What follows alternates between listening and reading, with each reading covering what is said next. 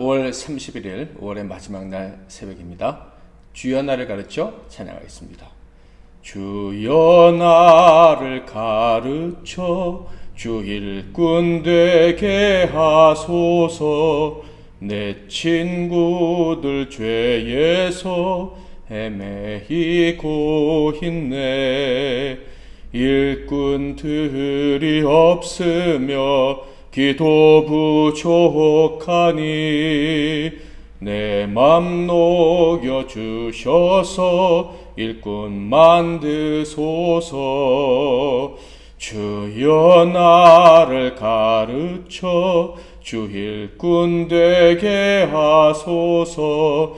내 친구들 죄에서 헤매이고 있네. 일꾼들이 없으며 기도 부족하니 내 맘 녹여주셔서 일꾼 만드소서. 오늘 하나님께서 주시는 은혜 말씀은 구약성경 열왕기하 13장 20절 21절 말씀 되겠습니다. 열왕기하 13장 20절 21절 말씀을 봉독해 드리겠습니다. 엘리사가 죽으니 그를 장사하였고 해가 바뀜에 모압 도적대들이 그 땅에 온지라. 마침 사람을 장사하는 자들이 그 도적대를 보고 그의 시체를 엘리사의 묘실에 들이 던짐에 시체가 엘리사의 뼈에 닿자 곧 회생하여 일어섰더라. 아멘. 오늘은 죽은 자도 사용하신다, 죽은 자도 사용하신다 라는 제목으로 하나님 말씀을 상고하겠습니다. 열왕기하 13장에는 엘리사의 죽음이 기록되어 있습니다.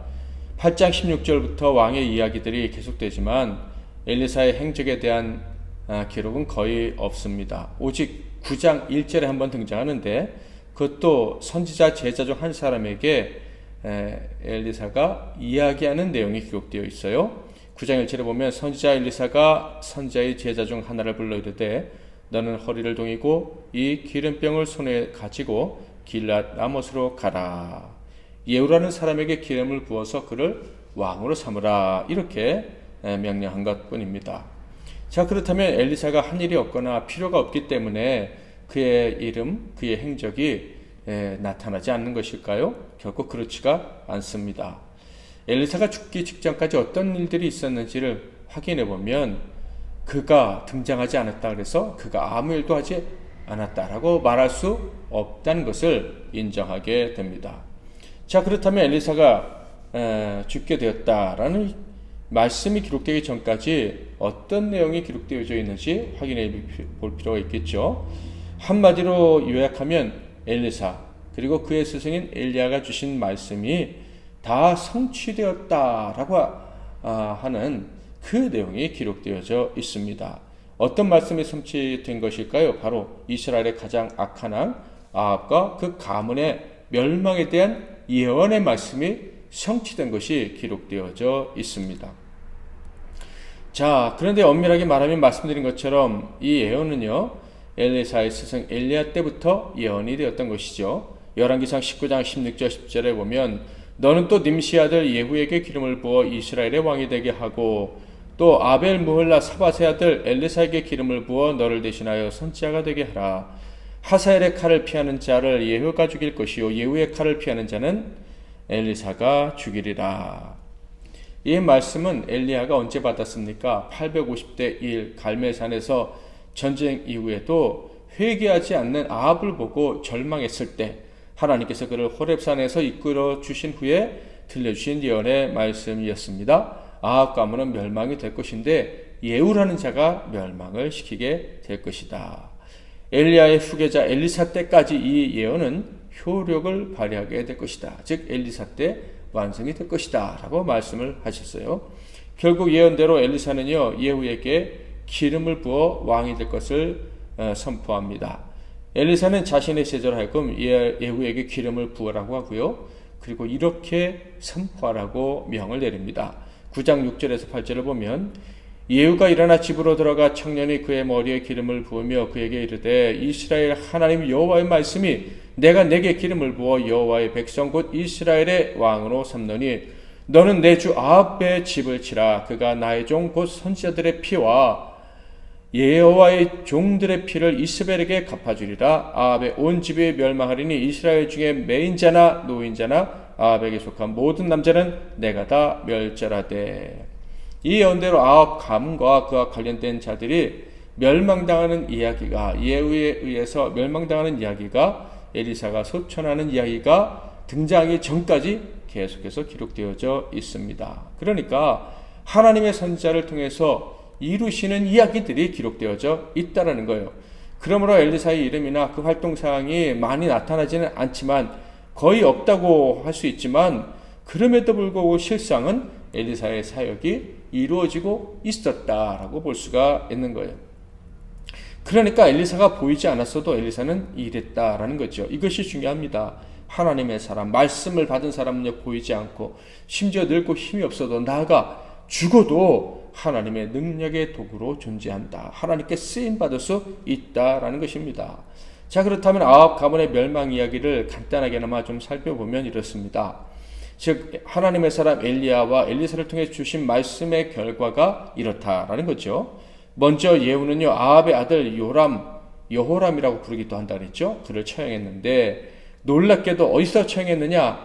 그의 아버지 아합과 이세벨이 나봇에게 누명을 씌워 죽였던 그 나봇의 땅에서 처형되게 만듭니다.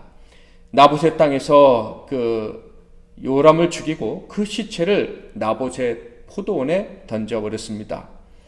자, 예후가 그렇게 한 이유가 무엇입니까? 열왕기하 9장 26절, 여호와께서 말씀하시기를 내가 어제 나봇의 피와 그의 아들들의 피를 분명히 보았노라. 여호와께서 또 말씀하시기를 이 토지에서 내게 갚으리라 하셨으니 그런즉 여호와의 말씀대로 그의 시체를 가져다가 이 밭에 던질지니라 하는지라. 하나님께서 옛날에 아합의 죄악을 보시고 그 피를 이 나봇의 포도원에서 갚아주실 것이다 라고 예언하셨는데, 그게 드디어 예후를 통해서 이루어졌다 하는 거예요. 그리고 예후는 유다왕 아하시아도 처형했습니다. 아하시아는요, 아합과 이세벨이 낳은 딸, 그 딸과 결혼한 왕의 아들이죠. 그러니까 아달랴가 낳은 유다의 왕이었습니다. 근데 그는 1년만 통치하고 죽임을 당하게 됩니다. 바로 예후에 의해서 죽임을 당하게 됐죠. 그리고 예후는요, 아합의 아내 이세벨도 드디어 처형을 하는데, 선지자를 통해 예언했던 말씀대로 그녀의 시체를 개들의 먹이가 되게 했습니다. 원래 예후는 그런 의도가 아니었지만 하나님이 그렇게 되게 하셨죠. 9장 36절, 돌아와 전하니 예후가 이르되 이는 여호와께서 그 종 디셉 사람 엘리야를 통하여 말씀하신 바라. 이르시기를 이스라엘 토지에서 개들이 이세벨의 살을 먹을지라. 엘리야가 죽기 전에 한 말씀이 죽은 후에도 이루어졌다는 것을 알 수가 있어요. 예후는 여기서 끝나지 않고 아합의 70명의 아들들도 다 처형합니다. 70명의 아들들을 처형하고 이렇게 고백하죠. 10장 10절, 그런즉 이제 너희는 알라. 곧 여호와께서 아합의 집에 대하여 하신 말씀은 하나도 땅에 떨어지지 아니하리라. 여호와께서 그의 종 엘리야를 통하여 하신 말씀을 이제 이루셨도다 하니라. 그리고 이어서 아합에게 신뢰받던 자들을 다 처형했고요. 심지어 유다 왕 아하시아의 형제들, 그러니까 아합과 협조했던 사람들 42명도 다 처형을 했습니다. 이는 엘리사를 조롱했던 아이들을 2마리 앙금이 찢어 죽였는데 그 숫자와 일치하죠. 그러니까 하나님의 사람 엘리사를 통해서 주신 말씀도 성취되었다, 완전히 이행되었다 하는 거예요. 예후는 여기서 만족하지 않았고요. 아합에게 속했던 자들을 다 처형했고, 아합의 눈을 흐리게 했던 여전히 남아있는 바알 숭배자들도 다 처형을 합니다. 자, 그런데 안타까운 것은 예후가 이렇게 하나님 말씀을 성취하는 통로가 되었지만 그 역시 우상 숭배가 얼마나 두려운 것인지를 온전히 알지 못했고 하나님을 온전히 섬기지 못해서 결국 악한 이스라엘의 왕들이 가는 길로 가게 되었다 하는 거예요. 그렇지만 이렇게 하나님께 쓰임받기까지 선지자의 말씀에 순종했다는 그 이유로 그의 왕조가 4대까지 이어지는 큰 보상을 받게 됩니다. 자, 그렇다면 아합과 이세벨의 딸 아달랴가 낳은 유다왕 아하시아가 죽었으니 유다의 운명은 어떻게 되었을까요? 기가 막히게도요, 아달랴는요 자신이 왕이 되어서 6년이나 남유다를 다스리게 됩니다. 그런데 그녀가 왕권을 잡기 위한 일은 너무나도 사악한 것이었어요. 11장 1절부터 3절. 아하시아의 어머니 아달랴가 그의 아들이 죽은 것을 보고 일어나 왕의 자손을 모두 멸절하였으나 요람 왕의 딸 아하시아의 누이 여호세바가 아하시아의 아들 요아스를 왕자들이 죽임을 당하는 중에서 빼내어 그와 그의 유모를 침실에 숨겨 아달랴를 피하여 죽임을 당하지 아니하게 한지라. 요아스가 그와 함께 여호와의 성전에 6년을 숨어 있는 동안에 아달랴가 나라를 다스렸더라. 자신이 왕이 되기 위해서 모든 왕자들, 그러니까 자기의 피부치들 손자들을 다 죽인 거예요. 얼마나 잔인한지 이루 말할 수가 없습니다. 그렇지만 요아스만큼은 죽일 수가 없었는데 그의 딸이자 아하시아의 누이인 여호세바가 미리 눈치채고 자기 조카죠, 요아스를 빼돌렸기 때문입니다. 그렇지만 요아스가 살 수 있었던 단 한 가지 이유는요, 다윗 가문의 등불이 꺼지지 않게 해주시겠다는 하나님의 약속 때문이었습니다. 그에게 이세벨의 피가 조금은 섞여 있지만 그럼에도 불구하고 다윗의 피가 섞여 있기에 하나님이 그를 살려주셨다 하는 거예요. 요아스는 제사장 여호야다의 집에 숨어 지내며 율법을 배웠고요, 7살에 왕이 되었는데 여호야다에 의해서 아달랴는 즉 아합의 마지막 시는 죽임을 당하게 되고 그 이후에 그가 왕이 된 것입니다. 이렇게 아합 가문의 영향력이 이스라엘과 유다에서 사라진 후에 엘리사가 사망을 하게 되는 것이죠. 그러니까 우리는 확실히 알 수 있어요. 엘리사가 병들었지만 한동안 활동을 하지 않은 것처럼 보였지만 그를 통해서 하나님의 성령의 하시는 일, 엘리사가 엘리야를 통해 받기를 원했던 그 일은 계속되었고 또 완성이 되었다. 완성이 되었기에 하나님께서 엘리사를 부르셨다 하는 거예요. 이렇게 엘리사가 죽게 되었다는 소식이 알려지자 이스라엘 왕 요아스가 찾아옵니다. 이스라엘 왕 요아스는요, 남쪽 유다의 8대 왕 요아스와 이름이 같아요. 그는 요아스, 남쪽 유다의 왕이 죽던 해에 이스라엘의 왕이 된 사람이에요. 남쪽 요아스가 죽고 북쪽 요아스의 시대가 시작되었다 이런 거예요. 자, 그가 왕이 된 지 언제인지 얼마 후인지 알 수는 없지만 엘리사가 죽게 됐다는 소식을 듣고는 달려와서 눈물을 흘리며 이렇게 외칩니다. 13장 14절. 엘리사가 죽일 뻥이 들매 이스라엘의 왕 요아스가 그에게로 내려와 자기 얼굴에 눈물을 흘리며 이르되 내 아버지여 내 아버지여 이스라엘의 병과 마병이여 하매. 그 역시 악한 이스라엘의 왕들과 다름이 없었지만 그래도 다른 왕들보다는 선지자의 가치를 크게 인정하고 존중하는 사람이었습니다. 그러나 엘리사의 마지막 순간 그는 시험을 통과하지는 못했죠. 왕이 찾아오자 엘리사는 다짜고짜 활을 잡아 쏘라고 이야기를 합니다. 왕은 이 갑작스러운 명령에도 순종을 했고요. 그러자 엘리사가 이렇게 축복을 합니다. 17절.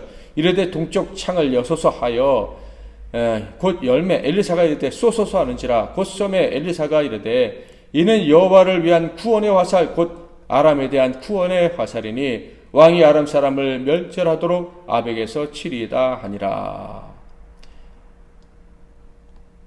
요아스가 순종하니까 이 화살은 구원의 화살이다. 활을 집으라고 할 때 그 활은 올라타다라는 의미가 있어요. 이 왕이 엘리사에게 이스라엘의 병거여라고 하지 않았습니까? 그럼 그 구원의 병거에 올라타라 이런 뉘앙스를 가지고 있는 거예요. 활을 가지고 올라탔습니다. 그리고 쐈습니다. 그랬더니 그 활은 구원의 화살이다. 그러므로 하나님이 왕을 아람의 손에서 건져낼 것입니다. 구원하실 것입니다. 라고 예언을 한 거예요. 그 다음엔 화살들을 집어서 땅을 치라 했습니다. 여러 번 치라는 암시를 분명히 주었을 거예요. 활을 쏘았더니 아람에게서 구원받게 해주겠다 하십니다. 그 화살이 뭐라고요? 구원의 화살이에요. 자, 화살을 하나 쐈더니 구원을 받았어요. 그러면 여러 개 화살을 들어 치려고 합니다. 무슨 뜻이겠습니까? 이 화살들이 구원이라면 더 큰 구원들을 주시겠다라는 그런 암시가 아니겠습니까? 그렇다면 당연히 기대감을 가지고 열심히 화살을 가지고 땅을 두드려야 했을 것입니다. 엘리사가 멈추라고 할 때까지. 그런데 요아스는 단 3번만 치고 맙니다. 당시 3이면 완전하다, 3이 완전수다라는 개념이 있었기 때문인지는 모르겠지만 이는 하나님을 의지하는 믿음이 아닌 인간적인 계산 혹은 체면을 생각한 것 같아요. 계속 치고 있으면 웃을 수도 있다고 생각을 했거나 아니면 3번 정도면 됐다라고 생각을 했겠죠. 그러자 엘리사가 불같이 화를 내며 이렇게 말합니다. 19절 하나님의 사람이 노하여 이르되 왕이 6번을 칠 것이니이다. 그리하였다면 왕이 아람을 진멸하기까지 쳤으리이다. 그런즉 이제는 왕이 아람을 3번만 치리이다 아니라. 믿음이 없음을 책망하고 엘리사는 세상을 떠났습니다. 자, 그런데 그가 죽은 후 해가 바뀐 어느 날 무덤에서 이런 기적이 일어났습니다. 다음 구절 읽어보면 몇 해는 지났을 것 같아요. 왜냐하면 그의 해골이 드러났기 때문에, 살들이 다 썩었기 때문에. 20절 21절을 볼까요? 엘리사가 죽으니 그를 장사하였고 해가 바뀜에 모압 도적대들이 그 땅에 온지라.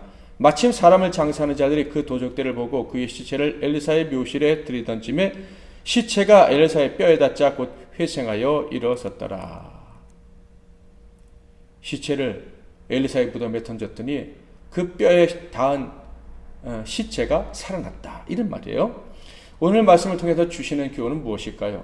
엘리사에게 임한 하나님 말씀, 그것은요, 그가 약해지고 또 보이지 않고 심지어 죽은 후에도 역사하더라라는 것입니다.